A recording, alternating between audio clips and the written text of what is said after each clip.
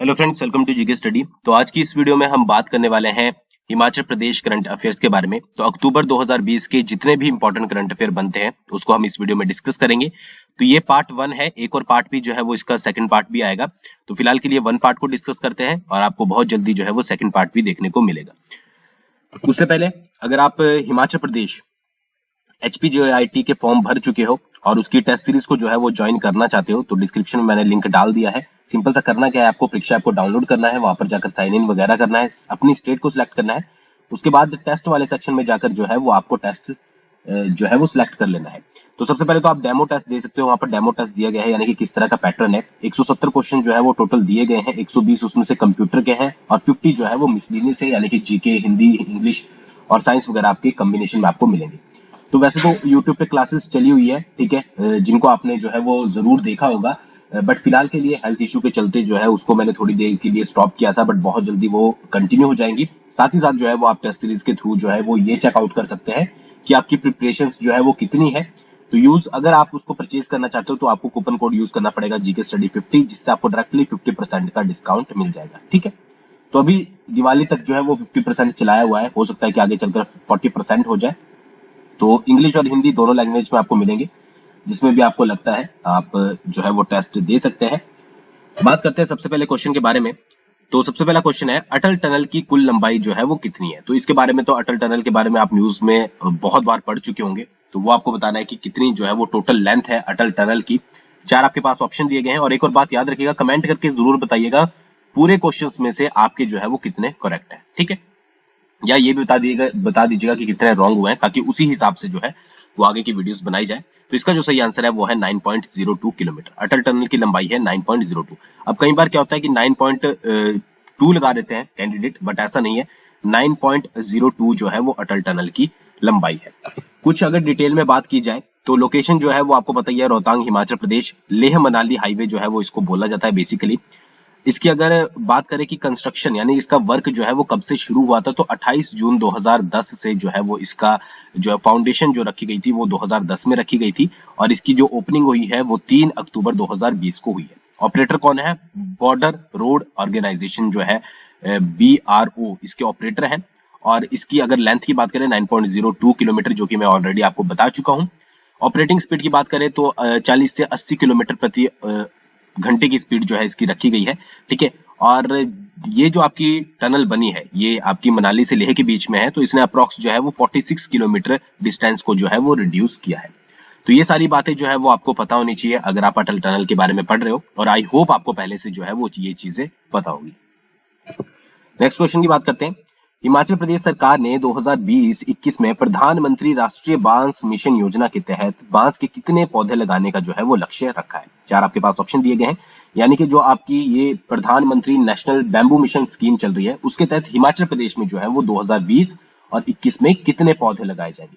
तो इसका जो सही आंसर है वो है 90,000, यानी कि 90,000। और अगर बात करें कि कितने क्षेत्र में, तो 90 हेक्टेयर क्षेत्र में जो है ये पौधे लगाए जाएंगे। तो ये चीज याद रखिएगा। अब ये किया क्यों जा रहा है, आपको पता है कि प्लास्टिक को बैन किया गया है और भी ये चीजें बढ़ाई जा रही है कि प्लास्टिक का जो है वो कम से कम यूज किया जाए। तो बैम्बू की पत्तियों से जो भी आइटमें बनती है, ठीक है, या फिर उससे आइटमें बनाई जाए, तो इस चीज को प्रमोट करने के लिए जो है वो ये चीजें की जा रही है कि आपके बांस के पौधे जो है वो 2020-21 में 90,000 लगाए जाएंगे। ठीक है, थोड़ी अगर डिटेल की बात करें पीएम नेशनल बैम्बू मिशन के बारे में, यानी कि प्रधानमंत्री जो आपकी राष्ट्रीय बांस मिशन योजना है, इसकी अगर स्टार्टिंग की बात करें तो 2019 में इसकी स्टार्टिंग की गई थी।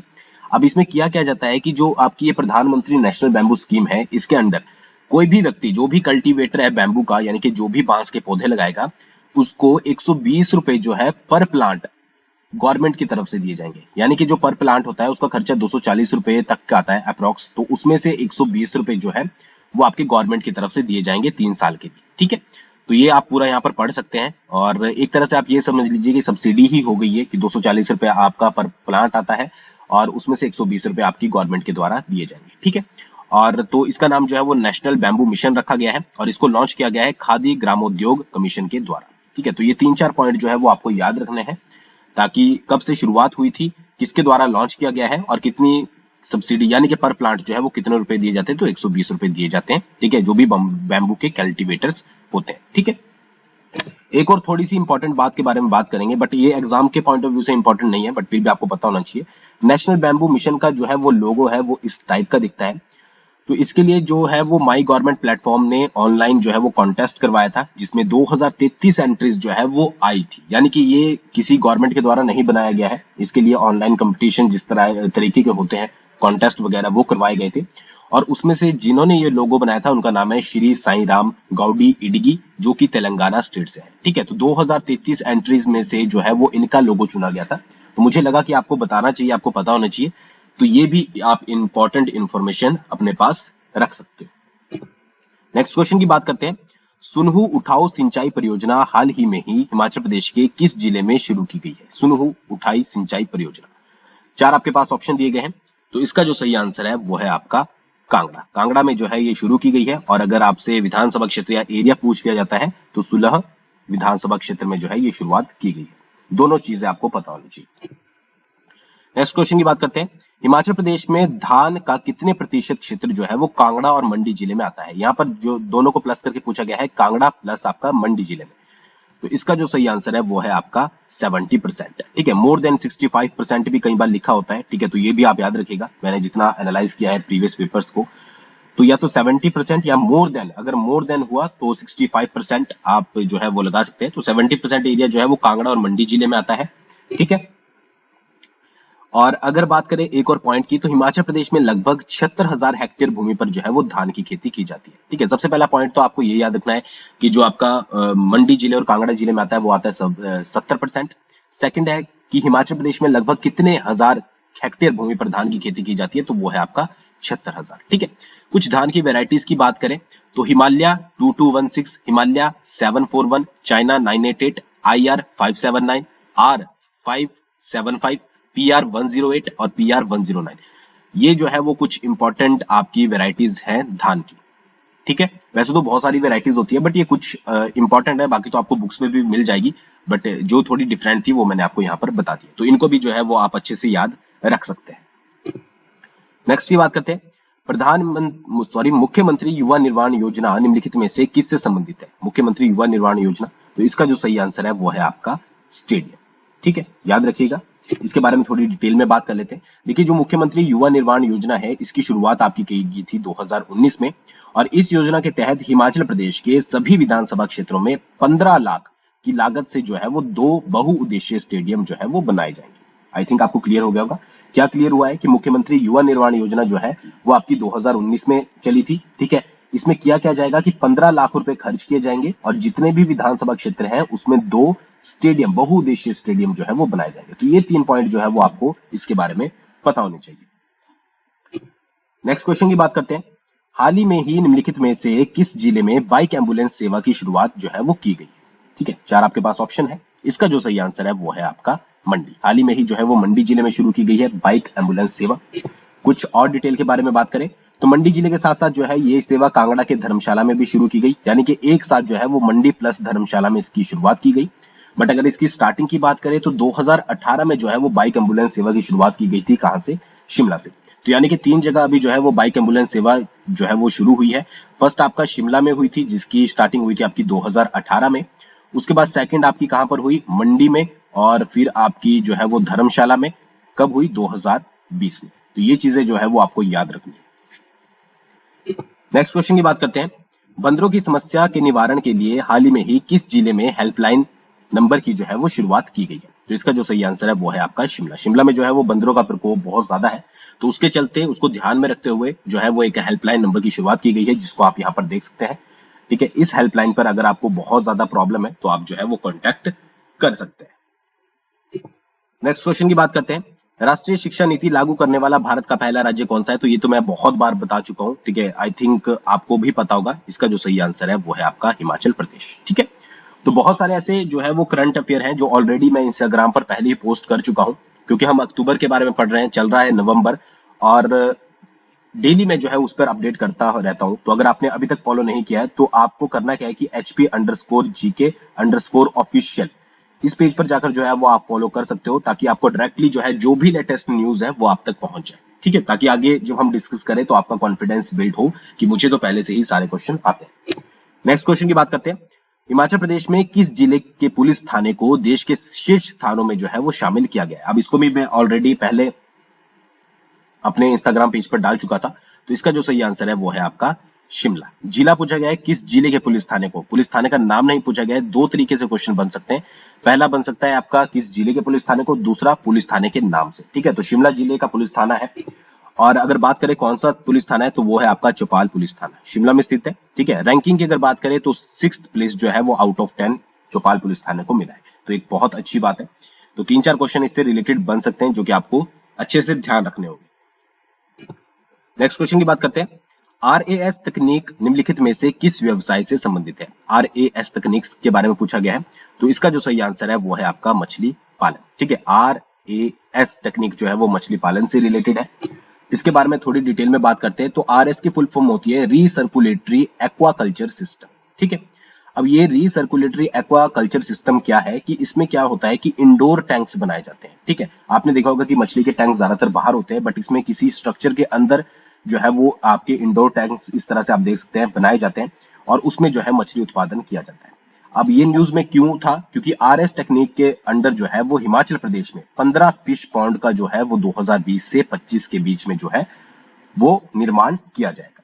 ठीक है, कितने फिश पॉन्ड का? 15 फिश पॉन्ड का। RAS टेक्निक आपको पता लग गया होगा, रीसर्कुलेटरी एक्वा कल्चर सिस्टम, जिसमें जो है वो इंडोर टैंक्स में मछली उत्पादन किया जाता है। यहाँ पर इमेज आप साफ सुथरी देख सकते हैं। तो आई होप आपको ये क्लियर हो गया होगा। नेक्स्ट क्वेश्चन की बात करते हैं। धौला सिद्ध प्रोजेक्ट के लिए हिमाचल प्रदेश को केंद्र सरकार से कितने करोड़ रुपए जो है वो दिए गए हैं? ठीक है, मोस्ट इंपॉर्टेंट क्वेश्चन है, याद रखिएगा। धौला सिद्ध प्रोजेक्ट कितने करोड़ रुपए जो है वो सेंट्रल गवर्नमेंट से मिले हैं?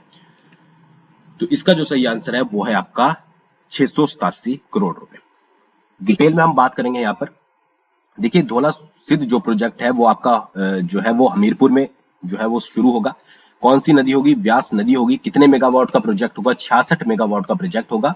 और सेंट्रल गवर्नमेंट से कितने रुपए आए हैं? वो आए हैं 687 करोड़ रुपए। सबसे पहले तो आपको ये 4 पॉइंट इंपॉर्टेंट याद रखने हैं, कौन सा जिला है, कौन सी नदी है, कितने मेगावाट है और कितने करोड़ रुपए आए हैं। अब जब ये प्रोजेक्ट बनेगा तो वहां पर डैम का निर्माण भी होगा, जो होगा आपका ग्रेविटी डैम। इसकी लेंथ जो होगी वो 195 मीटर होगी और जो हाइट होगी वो 70 मीटर होगी। तो ये डैम के बारे में आपको याद रखना है। अब जब डैम बनेगा तो वहां पर एक जलाशय का भी निर्माण होगा, जिसकी जो पूरी एरिया होगा वो 20 किलोमीटर का होगा। ठीक है, मान लीजिए आपने कोई डैम बनाया, ये पूरी एक रिवर चल रही है। ठीक है, इसके बीच में आप कोई डैम बना देते हो तो ये जो आपका झील टाइप सी, जलाशय टाइप सा बन जाता है। तो इसकी जो लेंथ होगी वो 20 किलोमीटर की होगी। ठीक है, और बाकी जो डैम होगा उसकी लेंथ 195 मीटर और 70 मीटर उसकी हाइट होगी। ठीक है, तो ये चीज आपको धौला सिद्ध प्रोजेक्ट के बारे में याद रखनी है, इंपॉर्टेंट है, ताकि आपको पता लगा रहे। नेक्स्ट क्वेश्चन की बात करते हैं। देश की सबसे ऊंची बुद्ध प्रतिमा का निर्माण हिमाचल के किस जिले में किया जाएगा? ये भी मोस्ट इंपॉर्टेंट क्वेश्चन है। तो इसका जो सही आंसर है वो है आपका लाहौल स्पीति। ठीक है, लाहौल स्पीति में जो है वो इसका निर्माण किया जाएगा। अब इसके बारे में डिटेल में बात कर लेते हैं। देखिए, अटल टनल जो है वो आपकी बनी है, जिसके 2 छोर है, एक आपका साउथ पोर्टल है और एक आपका नॉर्थ पोर्टल है। नॉर्थ पोर्टल आपका लाहौल स्पीति में, ये आपको पता ही होगा। और आई थिंक इसको सिस्सू कहा जाता है, एक बार चेकआउट कर लीजिएगा, सिस्सू इसको बोला जाता है, नॉर्थ पोर्टल जो लाहौल स्पीति में। तो यहाँ पर जो है वो आपकी एक बुद्ध प्रतिमा का निर्माण किया जाएगा, जिसकी हाइट जो होगी वो 3 to 8 मीटर होगी। और इसके लिए जो बजट रखा गया है वो 500 करोड़ का रखा गया है, यानी कि 500 करोड़ रुपए इस पे खर्च किए जाएंगे। और ऐसा बोला जा रहा है कि इंडिया की सबसे ऊंची ये जो है वो बुद्ध प्रतिमा होगी। अब ये होगी कैसी? यहाँ पर आप एक इमेज देखिए, ये बामियान अफगानिस्तान की एक बुद्ध प्रतिमा है, जिसको पहाड़, एक आपने देखा होगा कि ये पहाड़ के अंदर बनाई गई है, यानी कि पहाड़ को खोद खोद कर उसको आकार देकर जो है ये बुद्ध प्रतिमा बनाई गई है। तो सेम ऐसी ही बुद्ध प्रतिमा जो है वो आपको अटल टनल के नॉर्थ पोर्टल पर जो है वो देखने को मिलेगी, और इसके लिए बजट होगा 500 करोड़ रुपए। हाइट होगी 328 मीटर। तो आई थिंक आपको क्लियर हो गया होगा कि कहां पर ये बनेगी और किस तरीके से जो है इसको बनाया जाएगा। नेक्स्ट क्वेश्चन की बात करती है। हिमाचल प्रदेश का कौन सा जिला 100% प्राकृतिक खेती पर आधारित होने वाला जो है वो पहला जिला बनेगा? ठीक है, तो वो जिला होगा आपका लाहौल स्पीति, जो कि 100% आपका जो प्राकृतिक खेती है उस पर आधारित होने वाला पहला जिला बनेगा। कुछ एक अदर पॉइंट आपको याद रखना है कि हिमाचल प्रदेश को 2022 तक का लक्ष्य रखा गया है कि प्राकृतिक खेती के अंतर्गत लाया जाएगा। और अगर इससे रिलेटेड स्कीम की बात करें तो प्राकृतिक खेती खुशहाल किसान योजना, इससे रिलेटेड जो है वो स्कीम चलाई गई है। स्कीम्स के बारे में डिटेल में कभी हम आगे बात करेंगे, बट थोड़े बहुत पॉइंट जो है वो आपको यहीं याद रखने होंगे। नेक्स्ट क्वेश्चन की बात करते हैं। देश का सबसे ऊंचा रोपवे हिमाचल प्रदेश के किस जिले में बनाया जाएगा? ये भी बहुत ज्यादा इंपॉर्टेंट क्वेश्चन है। तो इसका जो सही आंसर है वो है आपका मनाली। ठीक है, मनाली में जो है वो देश का सबसे ऊंचा रोपवे बनाया जाएगा। अब इसका रोपवे का नाम क्या होगा? तो इसका होगा रोहतांग रोपवे। 2024 तक जो है वो बनकर ये तैयार होगा। 400 करोड़ रुपए जो है इस पर टोटल लागत आएगी। 9 किलोमीटर की इसकी लंबाई होगी और 3 चरणों में जो है वो इसको पूरा किया जाएगा। अभी फिलहाल के लिए बोला जा रहा है कि ये देश का सबसे ऊंचा रोपवे होगा। बाकी जब बनेगा उसके बाद जो न्यूज आएगी उससे आपको पता लग जाएगा। तो 2024 तक तैयार होगा। 400 करोड़ रुपए बजट इसका है। 9 किलोमीटर लंबा होगा। 3 चरणों का मतलब है कि पहले पॉइंट से लेकर दूसरे पॉइंट तक पहले वो रोपवे बनाया जाएगा, फिर सेकंड पॉइंट से थर्ड पॉइंट पर, फिर थर्ड से फोर्थ पॉइंट पर, यानी कि फर्स्ट चरण, सेकंड चरण और थर्ड चरण। ठीक है, अलग अलग प्लेसेस से जो है इसको पूरा किया जाएगा। ठीक है, तो ये चीज याद रखिएगा। अगले क्वेश्चन की बात करते हैं। हिमाचल प्रदेश की एक नई योजना के अनुसार पॉली हाउस नवीकरण पर कितने प्रतिशत की जो है सब्सिडी दी जाएगी? ठीक है, तो इसका जो सही आंसर है वो है आपका 70%। अगर आप पॉली हाउस का नवीकरण करना चाहते हैं तो आपको गवर्नमेंट की तरफ से 70% की सब्सिडी जो है वो दी जाएगी। अगले क्वेश्चन की बात करते हैं। हाल ही में ही जो है वो सीबीआई के पूर्व निदेशक अश्विनी कुमार जी का जो है वो निधन हुआ था। वो किस राज्य के राज्यपाल जो है वो रह चुके हैं? तो ये इस न्यूज के बारे में आपने सभी ने सुना होगा। तो इसका जो सही आंसर है वो है आपका नागालैंड। और ये जो है वो पूर्व डीजीपी भी थे, तो ये भी याद रखिएगा, क्वेश्चन बन सकता है। नेक्स्ट क्वेश्चन की बात करते हैं। जाजुराना को हिमाचल प्रदेश का राज्य पक्षी जो है वो कब घोषित किया गया था? आई थिंक इसके बारे में आप सभी को पता होगा। तो इसका जो सही आंसर है वो है आपका 2007। 2007 में जो है वो जाजुराना को हिमाचल प्रदेश का राज्य पक्षी घोषित किया गया था। और ये मैंने आपका क्वेश्चन यहाँ पर क्यों ऐड किया है, क्योंकि हाल ही में ही जो है वो 2 जोड़े जाजुराना के चूजों सहित जो है वो शिमला की सराहन में स्थित पक्षीशाला में छोड़े गए, ताकि उनकी ग्रोथ में जो है वो हेल्प मिल सके। जाजुराना को जो है वो वेस्टर्न ड्रैगोपेन भी बोला जाता है, ये भी आप याद रखिएगा, कई बार नाम ही डायरेक्टली आ जाता है। तो ये थे कुछ इंपॉर्टेंट क्वेश्चन। आई होप आपको पसंद आए होंगे। पसंद आए हो तो एक लाइक जरूर कीजिएगा, शेयर कीजिएगा, और बाकी कोई भी आपका डाउट हो तो आप कमेंट कर सकते हैं। Thanks for watching. बहुत जल्दी मिलेंगे नेक्स्ट वीडियो के साथ।